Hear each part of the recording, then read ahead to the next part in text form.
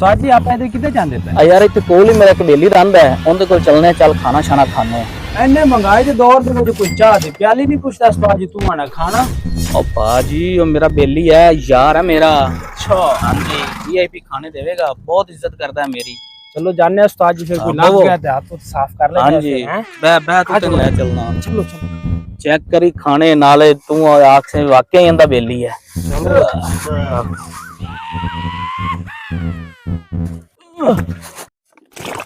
चौधरी साहब लगता है थोड़े मेहमान आ रहे हैं आमंदे पार्किंग पे लगा इसको अस्सलाम वालेकुम चौधरी साहब क्या हाल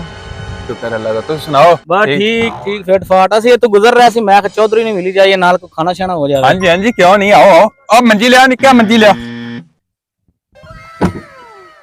आजा आजा ओह अल्लाह जुत्ती लाना तो मैं भूल ही गया जुत्ती विखावन दा सही तरीका है नहीं नहीं चौधरी साहब नवी जुत्ती विखावन है और चौधरी साहब सब खैर खैरियत है शुक्र अल्लाह ओ छोटे जी चौधरी साहब वो पानी पूनी लिया मेहमाना वास्ते ओ पानी रहन दे यार पानी तो साडे घर ही बहुत असि पीने को और चीज मंगा और की मंगाइए जी सोडा सोडा हां सोडा साडा मंगा लो कोका कोला ना मंगा लिए कोका कोला मंगा लो कोका कोला मंगा ओ देख है ना दोस्त कोका कोला मंगा रहा है आगा आगा देख हुंदा की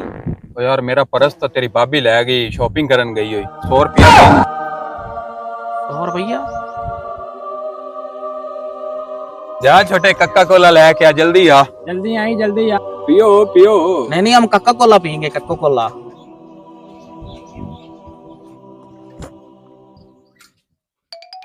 लो चौधरी साहब बोतल मैं गिलास लेके आया रुक रुक गिलास है ना मेरे कोल आ पकड़ी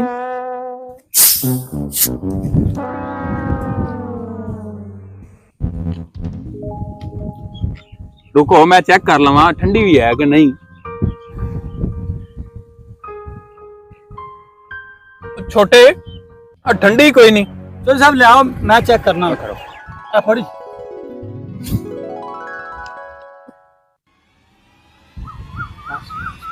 उल्ले मैं चेक कर लेंगा चौधरी साहब आके करना या फ्रिज में रख के जा अब कोई गल नहीं चौधरी साहब घर में पी लेंगे ले नहीं नहीं ठंडी पियांगे जा फ्रिज में रख के जा अदील भाई चाह ना मंगा लिए चाह थोड़े वास्ते ठीक है मंगाओ जी चाय फिर चाय मंगा लो और फिर 100 रुपया यार तेरी भरजाई आ जाती तेन सारे दे देंगा पिछला 100 भी है भी जा छोटे दूध लेके आ जल्दी इस खड़ूस चौधरी को ला गए ये तो पैसे साडे लो ही जांदा है ऐदला भी मेरे लिए घूर घूर ते वेदा पिया ताने उस्ताद ने किथे ले आते फा देता है बड़ी खिदमत देखी दूध आ ओ चौधरी साहब दूध आ गया मैं चाह नहीं ना पींदा मैं दूध पी लवा थोड़ा जा चाह बना के ले जल्दी आ जल्दी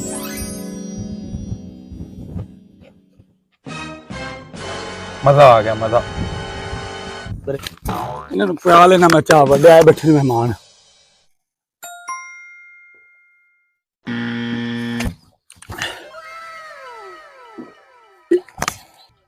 साहब बड़ा बड़ा नुकसान हो गया जी की हो गया मेरे को जाके डिग गया तो दो डोल गया सारा ओ तेरी चल छड़ चाह नु कोई मसला नहीं खाने तक बंदोबस्त कर लेने भूख तो लगी होएगी सब ना खाना ही तो खाना सी ਤੁਹਾਡੇ ਕੋਲੋਂ ਅੱਛਾ ਤੇ ਬੋਤਲਾਂ ਤੁਸੀਂ ਐਵੇਂ ਰੋਲਾ ਪਾ ਲਿਆ ਜੋ ਦਾਲ ਸਾਗ ਹੈਗਾ ਲੈ ਉਹ ਖਾ ਲੈਨੇ ਭੁੱਖ ਬਹੁਤ ਲੱਗੀ ਯਾਰ दाल साग क्यों आप होटल तो चंगा खाना मंगवा लेने हैं दाल क्यों खानी है ले आओ फिर 1000 रुपया होटल तो खाना मंगवाइए ਉਹਨੇ ਚੋਰ ਸਭ ਅਸੀਂ ਖਾਣਾ ਵੀ ਖਾਂਦੇ नहीं आओ यार मंगवा लेने आओ तो सही ਉਹ ਚੋਰ यार ਸਭ मंगवा ਉਹ ਮਿਹਰਬਾਨੀ